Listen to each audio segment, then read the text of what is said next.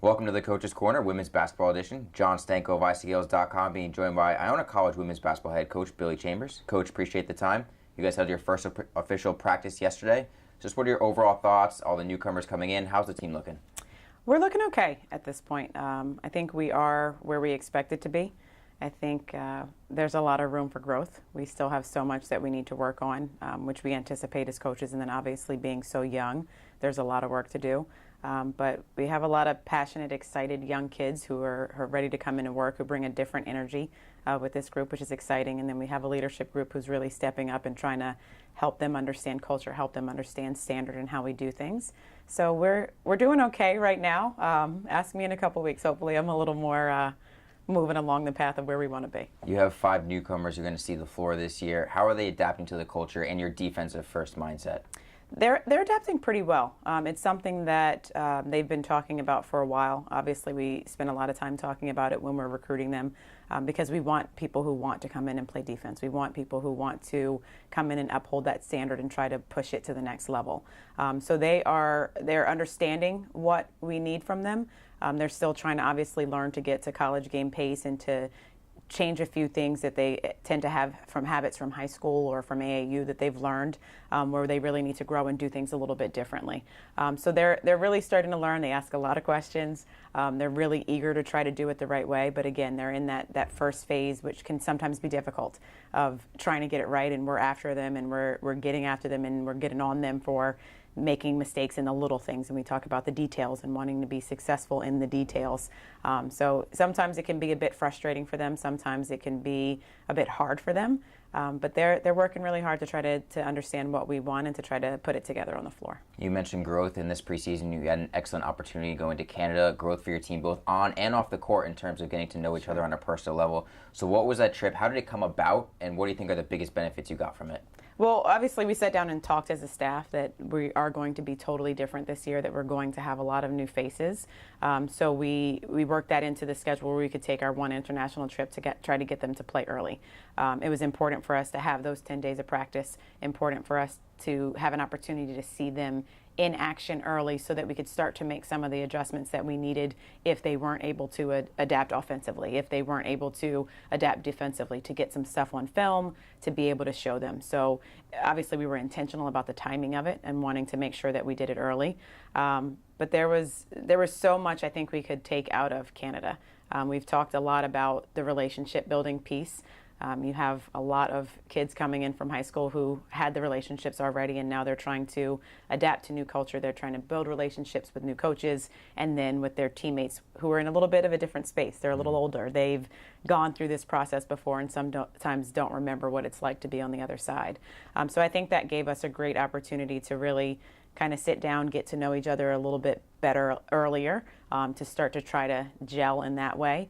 And then on the court, I mean, you look at the numbers, you look at who played well, you got a top scorer, you've got somebody who's taking charges and doing all that type of stuff, which I don't think necessarily means anything in terms of the season.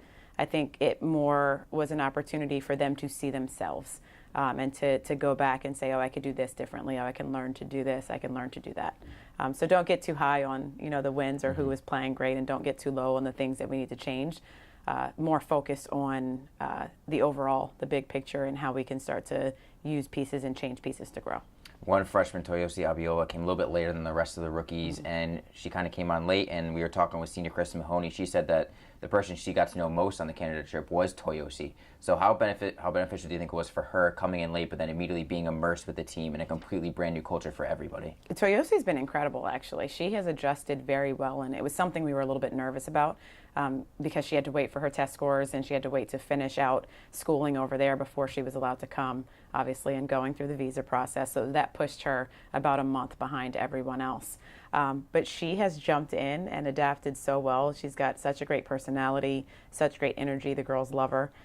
So it was nice to see those little connections in Canada where Kristen and Toyou See, built that relationship, a senior who is going through her ACL recovery, pulling a freshman under her wing. It was really incredible to see that. It was great to see Trey really pull Jaden under her wing, somebody who's going to play her position and fight for some of those minutes.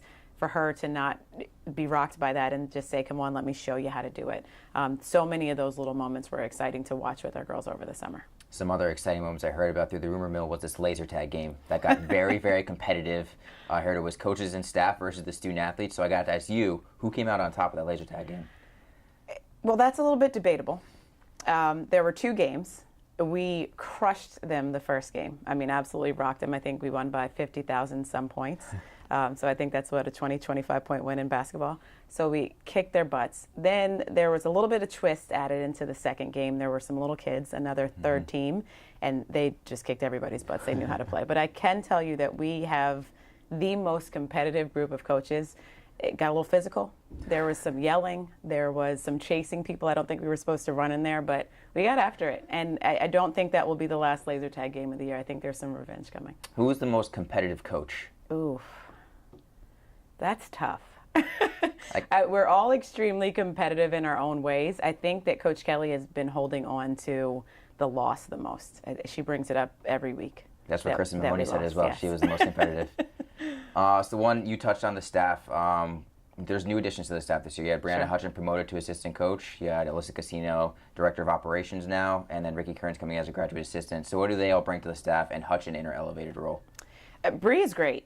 Bree had such an incredible voice even as a director of operations. Obviously, she wasn't able to do anything on the court because of NCAA rules. But times when we sat and just talked basketball, there were moments where she was the loudest voice in the room and the most passionate about certain things.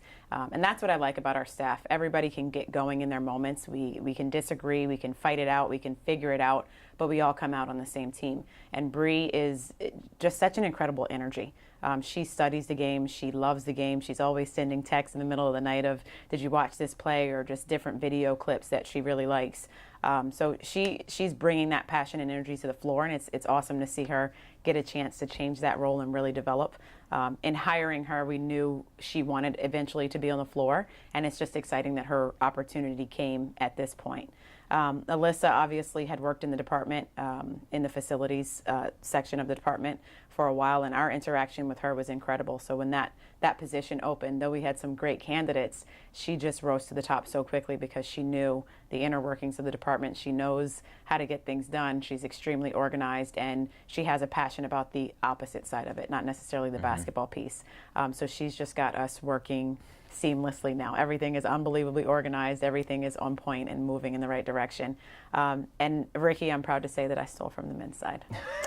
He is awesome. He's a great addition to our staff. He loves the game. I know he got a little bit of experience coaching his sister's younger team at some point. So he just loves basketball. I think he jumped at the opportunity to be our grad assistant to get something different. He's learned so much, obviously, from Coach Kloos and their staff and being a part of the men's program. And like I said, to have somebody who understands the in and outs of Iona basketball, of Iona athletics, it's great to have those two in that supportive role where they can take everything else off our plates. We can focus on the basketball. We can focus on the relationship building piece with our players, and we can really stay active in that moment while they take care of everything else. You guys call yourself a family. Now you bring in two initial pieces to it. A great fit to the culture. Iona's first game is Friday, November 10th at Arizona. You can follow all things Iona women's basketball on their social media platforms and at icgales.com. Coach Chambers, appreciate the time and best luck with your training. Thank you.